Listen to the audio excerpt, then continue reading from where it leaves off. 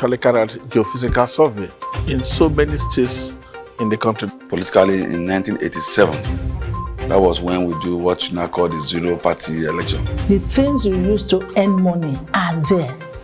It's just for you to know how to think of developing them. Representing the people is you being a trustee of dividend of democracy to the people. The people are the beneficiaries. The state now, the environment is quite friendly. The foundation has been laid for even foreign investors, other investors within the Nigerian economy to come in.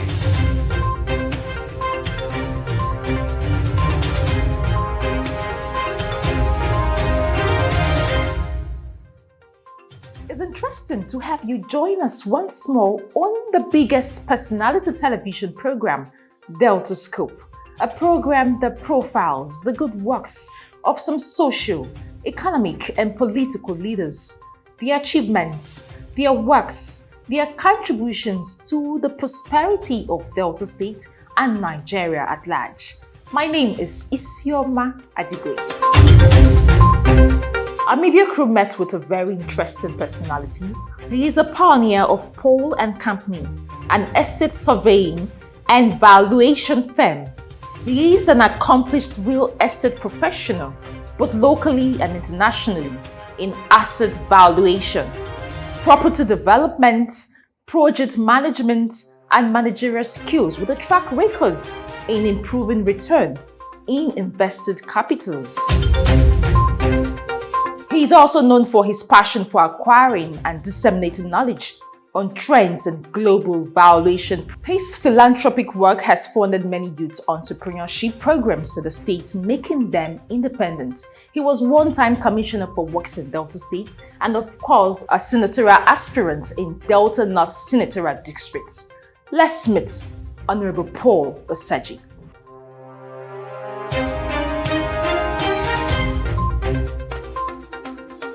You grew up in Aba, and your parents are from Delta State.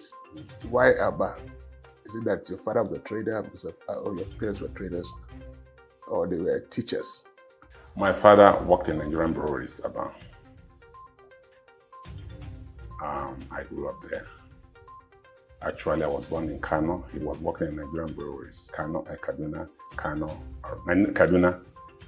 And then when the war broke, we were airlifted to the eastern part of the country, and then along the line, most of the people that are from the eastern part were asked to go to Aba breweries, and I believe the other ones, people from the western part of the country, went to Lagos breweries.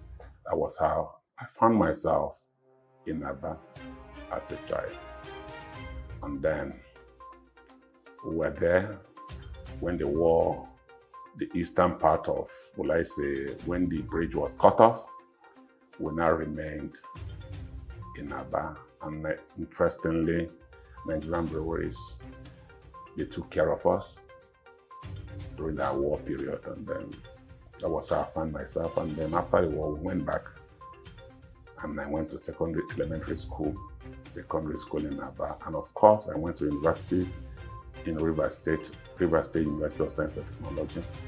And you studied? Estate management. Okay. We were the first degree student from that university. We were actually 13 in class.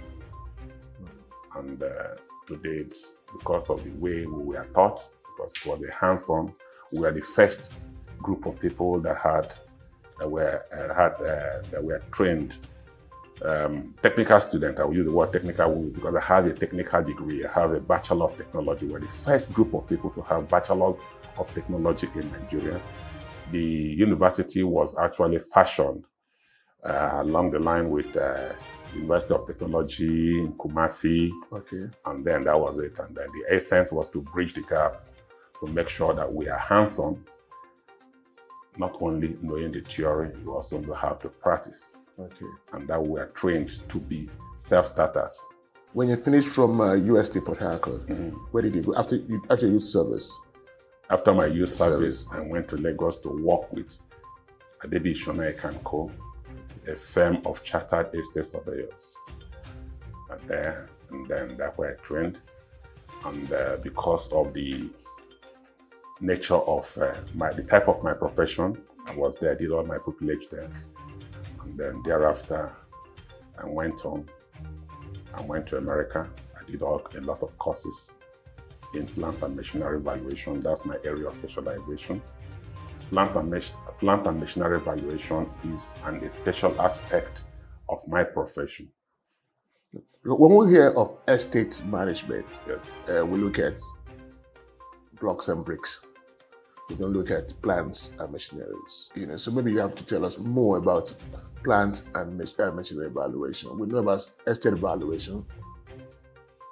I mean, when I said we know, a whole lot of people know of estate evaluation, property evaluation. Now let's go into. Thanks for asking me that question. A lot of Nigerians do not understand what estate management is all about. It's a very wide field. I will put it this way. We are valuers. It means we put monetary value on assets, different class of assets, be it land and building, be it plant and machinery, be it intangible assets, and a host of other assets, whatever you use in production, whatever you use in acquiring, in creating more wealth, we put values on them. That's one aspect of our job. The other aspect of our job is estate management, which involves management of space of all forms, where you recreate, where you work, where you live, where you produce. Technically speaking, estate management involves managing the total world where we are. Okay. And we specialize in different aspects of it. And even in the one that most people say, let's just take office buildings. We have different types. They come in different forms: to manage, to develop it, to let it, and also to do what we call portfolio management at the end of the day. To say, is it wise for you to continue to keep a particular office space? Are you using that office space optimally? Yeah. Our aim is to make sure that you enjoy space, and that space creates wealth for you and keep you safe while you're in this space. That is our job. And it involves, as I say, creating it, marketing it, valuing it, using it to raise funds, and at the end of the day, helping to demolish it at the end of the day, if need be. And then plant and machinery that you asked me. Yes. It's management of the equipment, machineries, plants that you use in production, including aircraft, ships, power plants, processing plants, different type of processing plants, beverage bottling companies, bottling line, they are processing plant, and a lot of others. Those are the things we value, because you need, at the end of the day, all those equipment, they are not acquired for their own. They are acquired for production. Yes. And when you are producing, you need to pay back money. Most of these assets are used to get loans, to obtain loans. And the people that you use, they want to know how much is the asset, what is that asset being, what is it creating? Okay. The same thing, power plants, transmission lines, generating plants. We value all of them, because at the end of the day, they use them to do a lot of financial engineering. Nobody lends money to you without knowing that he will get his money back. And one of the ways of getting his money back is to know that that asset is yielding, is producing. And who will tell you if the asset is producing? And if it is producing, understand? Yeah. Is that the wealth that is creating? Is it enough? Is it in tune? Does it have, let's say, is it a sustainable production or return or whatever that will come from that particular thing? You need to know that. It's not an engineering thing. It's a valuation thing. But in areas where we don't have too much productions, Yeah. too much industrialization, Yeah. like in Delta State, for example, Yeah. how does your profession support the economy? There's a lot of production happening in Delta states. They are doing a lot of drilling. We have pipelines crisscrossing all our lands. We have electricity lines. We have gas lines. We have our shorelines, and ships come and go.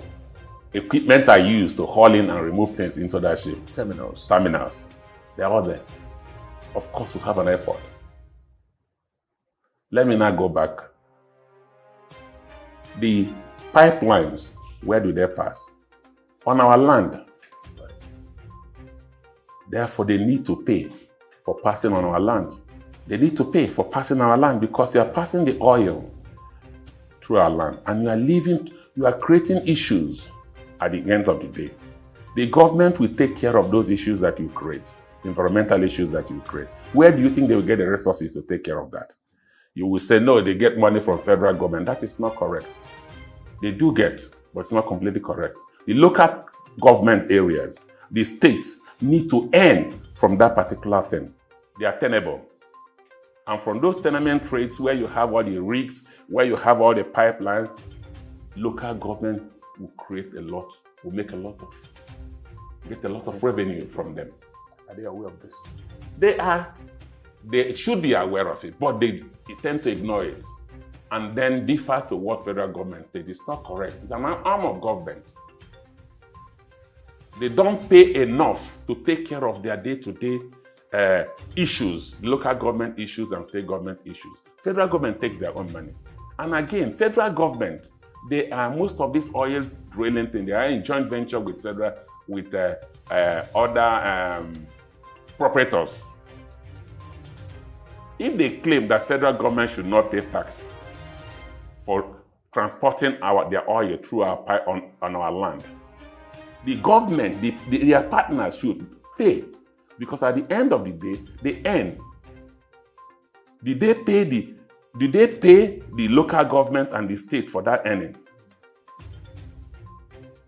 I didn't say the rates. I'm talking about rates. Did they pay? They didn't. Most of them, they are not paying. And there is no evidence that they are paying. What they do that they gloss up and say, we want to give you so much amount of money in compensation, which is not fair. It is not based on scientific way of asking or calculating that part of rate. No. Where they pay. They need to sit down. The amount of oil that passes through, the revenue they make, a percentage of that revenue they make is rateable. I'm talking about rating. Rateable. And rating is part of income of local government. But it's called the tenement rate. People tend to ignore it. No, it is a source of income for the local government. Therefore, local government are not expected to go cap in hand, begging the state government and federal government to give them money. No, that particular one, they are entitled to it. But they need people that understand it. I've given lectures on it to show them the laws that empower them to collect that revenue. We tend to play host to some of our social, economic, and political leaders, their achievements, their involvement, and of course their works to the development of Delta State and Nigeria at large. My name is Isioma Adigwe. Welcome to the biggest personality television program, Delta Scope. So I was saying now the state government and the local government are not aware of these revenue channels. They are not. Quote me. I said they are not. If they are aware, they should show us the scientific way they calculated the money they were getting from rating, from the pipelines crisscrossing our state, from the leeways, all the electricity lines crisscrossing our states, all the gas pipelines, or whatever they have, what they are getting from them. Okay. So let's come back to you. You went to America, came back, and started working with Adebo. Was Adebi Ishuda. I started in Adebi Ishuda Kanko. okay. How do you translate this your working experiences? You stayed abroad for a while. Yes. You work in World Bank, and also I'm sure you work in some World Bank under Federal Mortgage Bank and World Bank had a project, and I worked under that. Federal Mortgage Bank. Have you been able to translate your experiences to your practice? I have. You find out from my colleagues or the world. I'm a specialist plant and machinery valuer. One of the foremost in practice. I have over the years done this. I have been involved in doing plant and machinery valuation. Amcom, Asset Management Company of Nigeria. I was the one involved, the lead coordinator, managing over 275 estate surveying firms, coordinating their practice, what they do. You know what happened, why Amcom came into being. Because when most of the banks went bellied up, they needed people to assess, to look at their assets. And I was called in because of my wealth of experience in property valuation and plant and machinery valuation in particular. I helped to value virtually most of the processing plants that one way or the other had issues, financial issues. I did the same for power plants and generating power generating plants. And of course, a lot of steel mills. Delta Steel Mill is one of them. And other small rolling plants to put up, to value them in conformity with international valuation standards, which I happen to be a member of an association called International Property Plant and Machinery Valuers, IVCPM. We are the, will I say, numero uno in the world in plant and machinery, and I help to put all those together. And I would say, by the grace of God, most of all those companies, power plants and whatever, they are all back to business because of what we did behind what they call it, behind the scene, because you don't notice us, but what we do is what inform most decisions, the financial decisions they take.